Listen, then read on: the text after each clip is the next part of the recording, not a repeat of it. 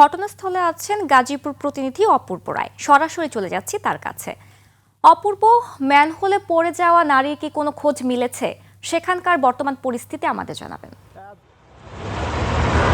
ধন্যবাদ বুসরা। আমি এই মুহূর্তে দাঁড়িয়ে আছি ঢাকা ময়মনসিংহ মহাসড়কের টঙ্গীর এই এলাকায়। এখানে গতকাল রাত 8টা 20 মিনিটে একটি নারী সে যাওয়ার পথে হঠাৎ করে কিন্তু খোলা ম্যানহোলের ভিতরে কিন্তু পড়ে যায়। তারপরে কিন্তু ফায়ার সার্ভিস খবর পেয়ে তারা মধ্যরাত পর্যন্ত তারা কিন্তু অভিযান চালায়।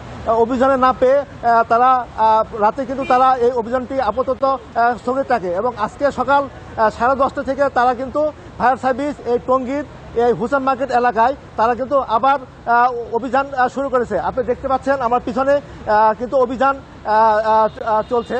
আমার সাথে একটু আগে গাজীপুর ফায়ার সার্ভিসের উপপরিচালক আব্দুল মান্নানের সাথে কথা হয়। তিনি আমাকে যেটি জানিয়েছেন, প্রাথমিকভাবে যে নারীটি নিখোঁজ রয়েছে তারা নামটি জানতে পেরেছেন, নাম হলো তাসলিম এবং সে একটি কোম্পানিতে চাকরি করে বলে আমাকে তারা জানিয়েছে। তো এখন গাজীপুর সিটি কর্পোরেশন এবং এখানকার পুলিশ প্রশাসন এবং ফায়ার সার্ভিস তারা ম্যানহোলের ঢাকনা খুলে তারা ম্যানহোলের শেষ পাতা মতো তারা পরীক্ষা করে যাচ্ছে এবং এই নারীকে সন্ধান করার জন্যই। তো বুসরা, আমার কাছে এই ছিল এখানকার সর্বশেষ তথ্য।